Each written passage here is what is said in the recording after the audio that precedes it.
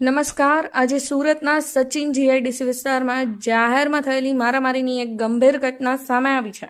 CCTV ફૂટેજમાં સ્પષ્ટપણે જોવા મળે છે કે એક યુવાન પર કેટલાક શખ્સોએ એક પછી એક હુમલા કર્યા છે. ઘટના ભીડ ભરેલા વિસ્તારમાં બની, જ્યાં અવાજ સાથે લોકોની દહેશત જોવા મળી હતી. વિડીયો ફૂટેજ અનુસાર યુવકને પ્રથમ ધક્કો મારવામાં આવ્યો અને ત્યારબાદ તેને જમીન પર પાડી નિર્દયતાથી મારવામાં આવ્યો.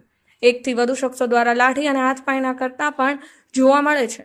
યુવક સ્તબ્ધ રહી જાય છે. જો કે આસપાસ હાજર લોકોમાંથી કોઈએ પળવાર પણ મદદ કરવાનો પ્રયાસ કર્યો ન હતો. હુમલાની આ ઘટનાએ સમગ્ર વિસ્તારમાં ભયનું વાતાવરણ સર્જી દીધું છે. સ્થાનિક લોકોનો કહેવા અનુસાર હુમલાખોરો યુવાનને ઓળખતા હતા ને કોઈ જૂના ઝઘડાને કારણે હુમલો થયો હોવાનું અનુમાન છે. પોલીસ દ્વારા ઘટના સ્થળેથી સીસીટીવી ફૂટેજ જપ્ત કરવામાં આવ્યું છે. હુમલાખોરોની ઓળખ પ્રક્રિયા શરૂ થઈ છે. અધિકારીઓએ જાહેરમાં આવી રીતે કાયદો હાથે લેવાના પ્રયાસો વિરુદ્ધ કડક પગલાં લેવાની ચેતવણી આપી છે.